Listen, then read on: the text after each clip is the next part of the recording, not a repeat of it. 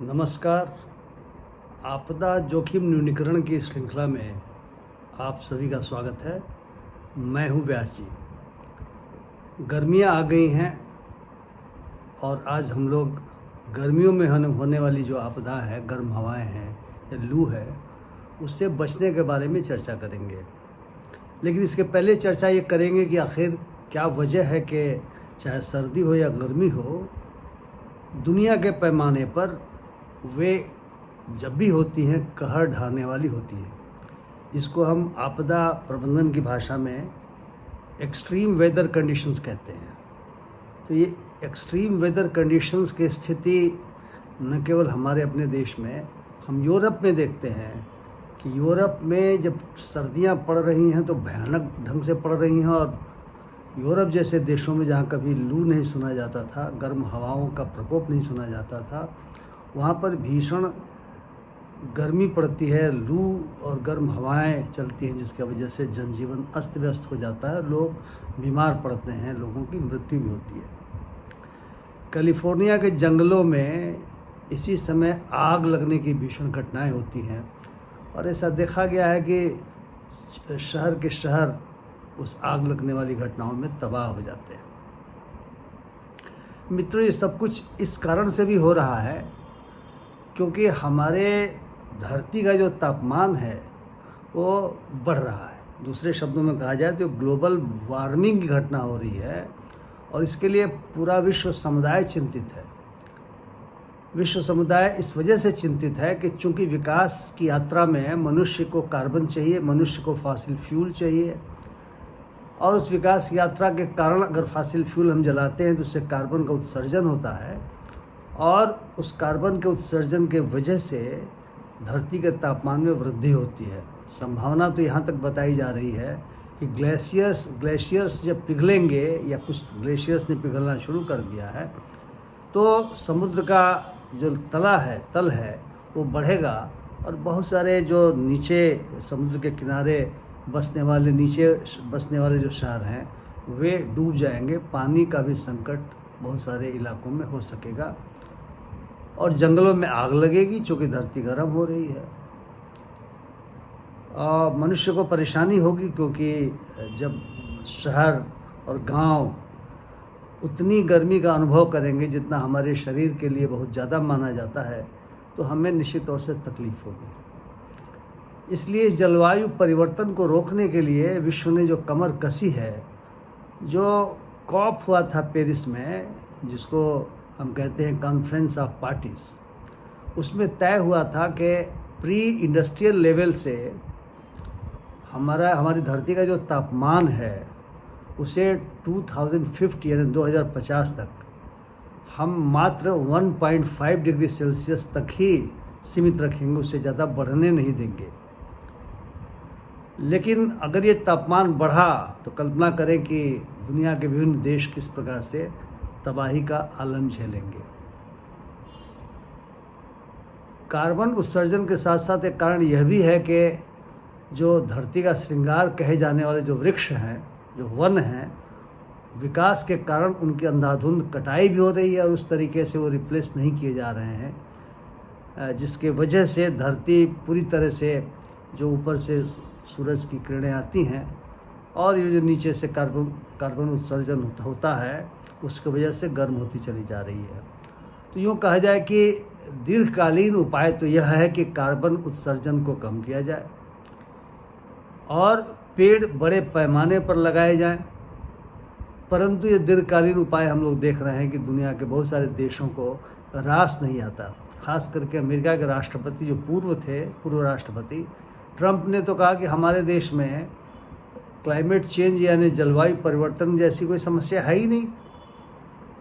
अब आप कल्पना करें कि एक राष्ट्रपति जब कह रहा है तो अमेरिकी सरकार की सारी नीतियां उसी अनुसार बनाई जाएंगी, या पहले से अगर जलवायु परिवर्तन के मद्देनज़र नीतियां बनी होंगी तो उसमें परिवर्तन किया जाएगा। हालांकि ऐसा कुछ हुआ कि वे 4 वर्षों बाद चुनाव हार गए, और जो दूसरी सरकार आई जो बाइडेन की, उसने माना कि नहीं ये ख़तरा है, और जो कोल माइंस का काम बड़े पैमाने पर हो रहा था, ये ताप बिजली घर थे, उसको उन्होंने कम करके और ग्रीन एनर्जी की बात करनी शुरू की, उस दिशा में काम भी हो रहा है।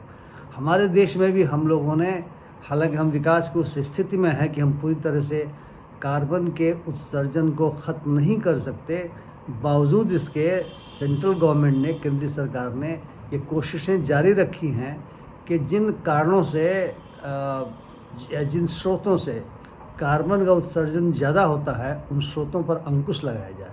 यहाँ पर भी हम लोग ग्रीन एनर्जी की बात कर रहे हैं, उस दिशा में काम शुरू हो गया है। ग्रीन हाइड्रोजन की दिशा में काम शुरू हो गया है। और जो सड़कों पर फर्राटा भरने वाली गाड़ियाँ हैं उसको इलेक्ट्रिक व्हीकल के रूप में भी हम लोगों ने बनवाना शुरू किया है। जो मैन्युफैक्चरिंग हो रही है, बहुत सारे शहरों में इलेक्ट्रिक गाड़ियाँ देखी जा सकती हैं, हालांकि उनकी संख्या उतनी ज़्यादा नहीं है, लेकिन पश्चिम के देशों में तो इलेक्ट्रिक गाड़ियाँ बहुत ज़्यादा हैं। अब इलेक्ट्रिक गाड़ियों में चलने के लिए ज़रूरी है कि उनको रिचार्ज करने के लिए, उनको चार्ज करने के लिए बिजली की भी माकूल व्यवस्था हो। तो बिजली की माकूल व्यवस्था अगर होती है तो साथ साथ ये भी काम होता है। अगर हम दीर्घकालीन इन उपायों पर अभी ध्यान कम डालें, क्योंकि ये हमारे और आपके रूप में, सिटीजन्स के रूप में ये नहीं संभव है तुरंत, क्योंकि यह संभव है सरकारों के द्वारा, और सरकारें अपने स्तर से कार्रवाई कर रही हैं और हमें दबाव भी डालना चाहिए कि वे कार्रवाई करती रहें। लेकिन हमें गर्मी से बचने के लिए खुद भी कुछ करना चाहिए। जलवायु परिवर्तन से बचने के बारे में तो सलाह देते हैं हमारे जो वैज्ञानिक गण हैं। एक inter governmental panel on climate change बना है, जिसको आपको मालूम होगा कि नोबेल प्राइज़ मिला है, IPCC कहते हैं। उसने तो कहा कि हमें एडेप्ट करना पड़ेगा, अनुकूल बनाना पड़ेगा अपने शरीर को और अपनी पूरी आवश्यकताओं को जलवायु परिवर्तन के मद्देनज़र, क्योंकि आप इसको पूरी तरह से रोक नहीं सकते। लेकिन अनुकूलन इतना आसान भी नहीं होता। हमारे जीवन जीने की जो पद्धति है, जो तरीका है, वो अचानक नहीं बदला करता। हम लंबे समय से जंगलों में जब हमारे पूर्वज रहा करते थे और खूहों में रह करके फल फूल कंदमूल खाते थे या जानवरों का शिकार करते थे, उस स्टेज में, उस स्थिति में हम नहीं पहुंच सकते। अभी जो हमने विकास की मंजिलें तय की हैं, उन मंजिलों से पीछे जाना संभव नहीं है। इसलिए अनुकूलन एक लंबी प्रक्रिया है। तो ये जो एक्सट्रीम वेदर कंडीशंस हैं, जो हम गर्मी की चर्चा कर रहे हैं, आइए हम इस पर फोकस करते हैं। भारतीय मौसम विज्ञान विभाग का कहना है कि इस बार फरवरी के अंतिम सप्ताह से ही जो तापमान हमारे यहाँ रहा, खास करके पूरे भारत में हम कहें तो न केवल उत्तर भारत या दक्षिण भारत, पूरे भारत में, वह तापमान इस बात की ओर इंगित करता है कि आने वाले समय में गर्मी ज़्यादा बढ़ेगी। यानी इस वर्ष गर्मियाँ ज़्यादा पड़ने की संभावना है। मार्च महीने में हमने देखा कि काफ़ी गर्मी पड़ने लगी थी, परंतु कुछ ऐसी परिस्थितियाँ जलवायु की बनी या वातावरण की बनी या वायुमंडल की बनी कि बारिश हुई और थोड़ा सा आफियत, थोड़ी सी मौसम की गर्मी में कमी आई। लेकिन अब वैज्ञानिक कह रहे हैं कि अप्रैल मई में जो गर्मी पड़ेगी वो गर्मी बहुत ज़्यादा होगी। यहाँ थोड़ा आंकड़ा मैं आपको बता देना चाहूँगा कि जो एक्सट्रीम वेदर कंडीशंस है, उसके मद्देनज़र लोग बीमार भी पड़ते हैं और मौतें तक होती हैं। अगर हम 10 सालों का आंकड़ा लें तो सन 2000 से 2010 के बीच का जो आंकड़ा है वो मोटे तौर पे बताता है कि पूरे देश में गर्मी के वजह से या गर्म हवाओं के वजह से, लू के वजह से मरने वालों की संख्या 1,36,000 से भी ज़्यादा रही है। और ये जो इसके बाद का जो दशक रहा है, आप जानते हैं कि 2020 में तो लॉकडाउन की वजह से बाहर लोग कम निकले, नहीं निकलने दिया गया, और 2021 में भी नहीं निकलने दिया गया क्योंकि कोरोना की स्थिति थी। तो भी मरने वालों के आंकड़ों में बहुत कोई सब्सटेंशियल कमी परिलक्षित नहीं हुई है। अब बीमार कितने लोग पड़े, आप इस बात को समझ सकते हैं। इस दशा में नागरिक के रूप में, इस देश में रहने वाले एक समझदार व्यक्ति के रूप में हमें जानना चाहिए कि हम गर्म हवाओं से, लू से और भीषण गर्मी से बचने के लिए क्या करें। तो मैं कुछ जो सुझाव आपको देना चाहूँगा, जिसको हम एडवाइजरी कहते हैं, वो इस प्रकार से है। पहली बात तो ये है कि अगर भीषण गर्मी पड़ रही हो तो कोशिश करना चाहिए कि हम घर के बाहर कम निकलें या ऐसे समय निकलें जब गर्मी तापमान थोड़ा सा कम हो। और आमतौर से रेडियो टेलीविज़न अगर आप सुनते हैं या अगर आपके पास नहीं है तो पड़ोस से सुनते हैं, तो उसमें मौसम विभाग इस बात की भविष्यवाणी करता है कि अगले दिन मौसम की स्थिति क्या रहने वाली है। और वैसे भी मनुष्य के रूप में हम बाहर निकलते हैं तो पता चल जाता है कि धूप की त्वरा क्या है, उसकी तीव्रता कितनी है। तो उस समय थोड़ा सा कम निकले, और अगर निकले तो हम पूरी तरह से पानी वानी पी करके, और यात्रा अगर करनी हो तो यात्रा में भी हम पूरा पानी ले करके निकले। मैं तो यहाँ तक कहूँगा कि जो अफोर्ड कर सकते हैं वे अगर पैदल जाना हो तो ज़रूर कैप पहन कर निकले या छाता लेकर निकले। याद कीजिए, बहुत पहले गांव में लोग छाता लेकर निकला करते थे। भिखारी ठाकुर का मशहूर विदेशिया नाटक है, उसमें जो मुख्य पात्र है वो छाता की बात होती है, वो उनके सिर पर छाता नहीं है। तो पहले हमारे जो पूर्वज थे वे अपने सिर को बचाने के लिए छाता लेकर निकलते थे, या भीगा हुआ तौलिया जो सिर पर रख लेते थे, या ऐसे भी तौलिया या गमछा सिर पर रख लेते थे ताकि कठिनाई नहीं हो। और अगर आप गर्मी में घर पर भी रहें तो पानी खूब पिएं, बार बार पानी पिएं। मैं कहता हूँ यदि आप संभव है तो छाछ पिएं, नींबू पानी पिएं, यानी शरीर में जलीय द्रव की मात्रा काफ़ी बढ़नी चाहिए। अगर ऐसा नहीं होगा तो फिर गर्मी के वजह से डिहाइड्रेशन की संभावना बढ़ जाती है। और गर्मियों में बहुत प्रोटीन युक्त, बहुत ही भारी गरिष्ठ भोजन नहीं करना चाहिए। मांस, अंडा या सूखे मेवे ये शरीर के तापमान को बढ़ाते हैं, थोड़ा कम करना चाहिए, बहुत ज़्यादा नहीं करना चाहिए। और कोशिश करना चाहिए कि भोजन में आप खीरा लें, तरबूज लें, खरबूज लें, इस तरह के जो ककड़ी लें, ये बहुत मिलता है गर्मियों के दिनों में। इस तरह की चीज़ें हमारे यहाँ मिला भी करती हैं। जो हमारे मज़दूर भाई हैं और जो नरेगा में काम करते हैं या अन्य में काम करते हैं, उनसे मैं विशेष रूप से कहना चाहूँगा कि ख़ास करके 11 बजे से लेकर के 3 बजे के बीच में धूप कड़ी रहती है, उस समय काम न करें।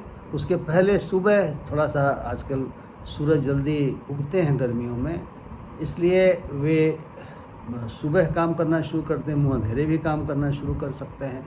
8-9 बजे तक काम करें, नाश्ता करें, फिर 1-2 घंटा काम कर लें, और फिर जब धूप कमज़ोर पड़ने लगे उस समय वे काम कर सकते हैं। खेतों में कटनी भी होती है, तो इसलिए Katni early in the morning से शुरू कर देना उचित होगा।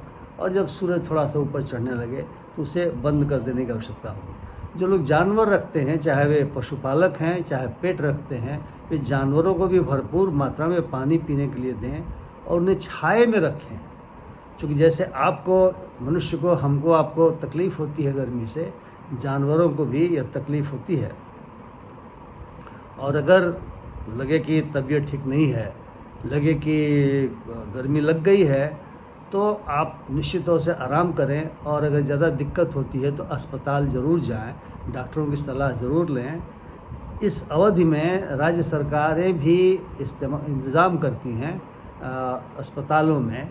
गर्मी से बचने के लिए लोग अस्पतालों में जाते हैं। अगर उनको कठिनाई होती है तो, अगर लू लगा है तब तो हर हाल में जाते हैं, अगर तबीयत ख़राब होती है तब भी जाते हैं। तो विशेष व्यवस्था, विशेष वार्ड्स वगैरह की व्यवस्था की जाती है, इसलिए वहाँ पर ज़रूर जाने की आवश्यकता है। प्रशासन को भी चाहिए कि वह देखते रहे कि अगर बहुत ज़्यादा गर्मी पड़ रही है और बावजूद इसके लोग बाहर निकल ही रहे हैं, नहीं मान रहे हैं, तो उस अवधि में वह रेगुलेट करे, वह लोगों के मूवमेंट को रेगुलेट करे। मुझे स्मरण है कि 2-3 साल पहले बिहार में अचानक इतनी भीषण गर्मी बढ़ी कि कुछ जिलों में, खास करके दक्षिणी बिहार के कुछ जिलों में, धारा 144 लगा करके भी प्रशासन ने लोगों को रोका कि वो घरों में रहें और घर के बाहर नहीं आए। ये प्रशासन को देखते रहना पड़ेगा कि यदि भीषण गर्मी की स्थिति आ गई हो तो वह निश्चित तौर से लोगों को बाज़ारों में घूमने से, अनावश्यक रूप से आने से वह रोके। शाम को लोग आ सकते हैं, अर्ली इन द मॉर्निंग आ सकते हैं। बाज़ार, शॉप्स एंड इस्टेब्लिशमेंट एक्ट के तहत बाज़ारों के खुलने के समय को भी प्रशासन नियंत्रित कर सकता है। अगर आपको लू लग जाए तो आप क्या करें, ये भी थोड़ा समझने की बात है, क्योंकि सब कुछ के बावजूद तो लू लग सकती है। तो मेरा कहना ये होगा कि अगर किसी व्यक्ति को लू लगने की शिकायत आई है तो उसे छाए में लिटा दें। अगर उसने तंग कपड़े पहने हैं तो उन कपड़ों को ढीला कर दें, या ज़रूरत पड़े तो उसको हटा दें।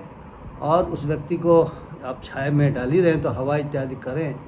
और अगर वो होश में हो तो उसे पीने के लिए आम का पन्ना या छाछ या नींबू पानी इत्यादि दें, ताकि शरीर में जल की मात्रा जो है सो कम नहीं हो। लेकिन अगर वो बेहोश हो या उल्टियाँ कर रहा हो तो उस समय उसे कुछ भी खाने पीने के लिए नहीं दें। यह भी बहुत महत्वपूर्ण होगा कि अब अगर लगे कि उसका शरीर तप रहा है, अगर तप थोड़ा कम हो रहा हो नहीं हो रहा हो, तो अस्पताल तुरंत ले जाना चाहिए। और अगर आप पानी की पट्टियाँ इत्यादि से, चाहे पेट में पानी की पट्टियाँ पेट या ललाट के ऊपर पानी की पट्टियाँ देते हैं, तो बुखार धीरे धीरे कम होने लगता है। लेकिन वो व्यक्ति खूब आराम करे, ये बहुत सुनिश्चित करने की आवश्यकता हमें पड़ेगी। मैं समझता हूँ कि अगर हम गर्मी के इस आपदा को आपदा के रूप में मानेंगे और अपने स्तर पर बहुत सारे उपाय जो मैंने सुझाए, और ये जो मैंने सुझाए वो एग्जॉस्टिव नहीं है, इलस्ट्रेटिव है। आप अपने अनुभव से भी जान सकते हैं कि हम किस प्रकार से उपाय करके और गर्मी से अपना बचाव कर सकते हैं। तो यदि आप करते हैं तो मैं समझता हूँ कि जो बीमार पड़ने की स्थिति है, खास करके बच्चों को तो बाहर जाने ही नहीं देना चाहिए। बच्चे बड़े कोमल होते हैं, बहुत ज़्यादा गर्मी होगी या वो बाहर जाएंगे तो उनको दिक्कत होगी। तो अगर आप करते हैं सब कुछ, तो मैं आशा करता हूँ कि जो हमारे सामने जलवायु परिवर्तन के कारण गर्मी जैसा हज़ार्ड भी आपदा में तब्दील होता जा रहा है, इसमें कमी आएगी और हम अपने को बचा सकते हैं, अपने पड़ोसियों को भी समझा सकते हैं। याद कीजिए, बहुत पहले जब आप बाहर निकलते रहे होंगे गर्मी के दिनों में, तो प्याऊ का प्रबंध होता था। घड़े में शीतल जल, घड़े का पानी बड़ा ठंडा होता है, तो उसमें शीतल जल रहता था। कुछ स्वयंसेवी संस्थाएं लोगों को पानी पिलाती थी, गुड़ की भेली भी रहती थी, गुड़ भी देते थे। उसके साथ साथ वो जो है सो, चूँकि वो ORS जैसा सिचुएशन हो जा सकती है, उसमें नमक तो नहीं डालते थे, लेकिन गुड़ दे करके पानी पिलाते थे। गांव में भी परंपरा ऐसी रही है, वो परंपरा धीरे धीरे ख़त्म होती जा रही है, क्योंकि बोतल का पानी भी आ गया है। तो भले ही ऐसा नहीं लोग कर सकें, लेकिन मैं ये भी कहूँगा कि कुछ स्वयंसेवी संस्थाओं को भी आगे आ जाना चाहिए। और जहाँ बहुत गर्मी पड़ती हो और लोगों को आना जाना ज़रूरी हो, वहाँ पर अगर प्याऊ की व्यवस्था करेंगे। मैं जब बिहार शिक्षा परियोजना में था, तो मैंने बेली रोड पे अपने परियोजना की ओर से ऐसी व्यवस्था कराई थी। मैं बात कह रहा हूँ 90s में, लेट 90s में हम लोगों ने व्यवस्था कराई थी। और हमारे जो सहकर्मीगण थे बहुत खुशी वहाँ बैठते भी थे, और जो आगंतुक थे उनको कहते थे आइए पानी पीजिए, गुड़ की भेली भी रहती थी। तो उस समय हमने देखा था कि पटना शहर में भी और अन्य शहरों में भी, उत्तर प्रदेश के तमाम शहरों में प्याऊ की व्यवस्थाएं हमने देखी हैं। इसलिए हमें कोशिश करना चाहिए कि हम दूसरों की मदद कर सकें।